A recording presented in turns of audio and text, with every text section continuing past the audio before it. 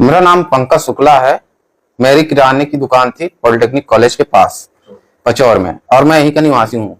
और मैं मनोज दुबे के हमारे यहाँ वो रिलेशन में भैया लगते हैं, उनका बीरा घर है ग्राम बीरा में, और उनका परसोना में बीज भंडार की दुकान है। वो हमारे यहाँ शादी बारात में आए थे रिलेशन में, तो हमसे मिले, तो हमसे बात किए, बोले पंकज तुम मेरा छोटा भाई है, तो ये क्या दुकान चला रहे हो और तुमको अच्छी जॉब दिलवा दे रहे हैं और कंडोई में, और उसके बाद तुमको बीज भंडार की दुकान खुलवा देते हैं।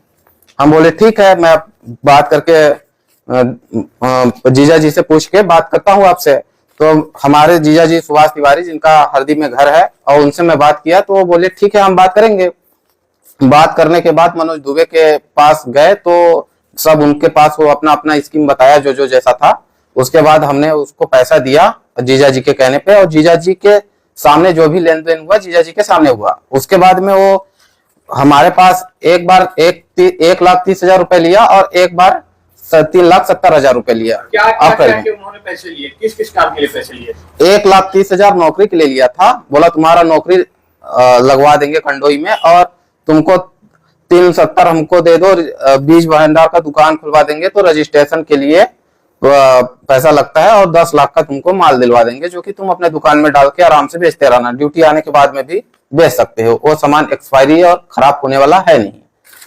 तो इसी वजह से हमने उसको जीजा जी के फरवरी में जीजा जी के कहने पे और जीजा जी के सामने पैसा उसको दिया, और वो बंदा आज दिन तक हमको अभी घुमा रहा है कि तुम्हारा 10 दिन में हो जाएगा, कभी 5 दिन में हो जाएगा, और नाम लेता है कि अरविंद दादा है, अरविंद सिंह चंदेल है, और केपी सिंह का नाम लेता है, और एक दिलीप पांडे हैं, उन निगाही के बीएमएस अध्यक्ष हैं। तो ये हमको तो ये सब आइडिया नहीं था, क्योंकि हम जानते भी नहीं थे इन लोगों को, वही सब बताया, और हमसे ये सब झूठ बोल बोल के अभी तक 8-9 महीने हो गया, अभी तक ना तो पैसा दिया, ना तो सामान दिलवाया, ना तो कुछ किया।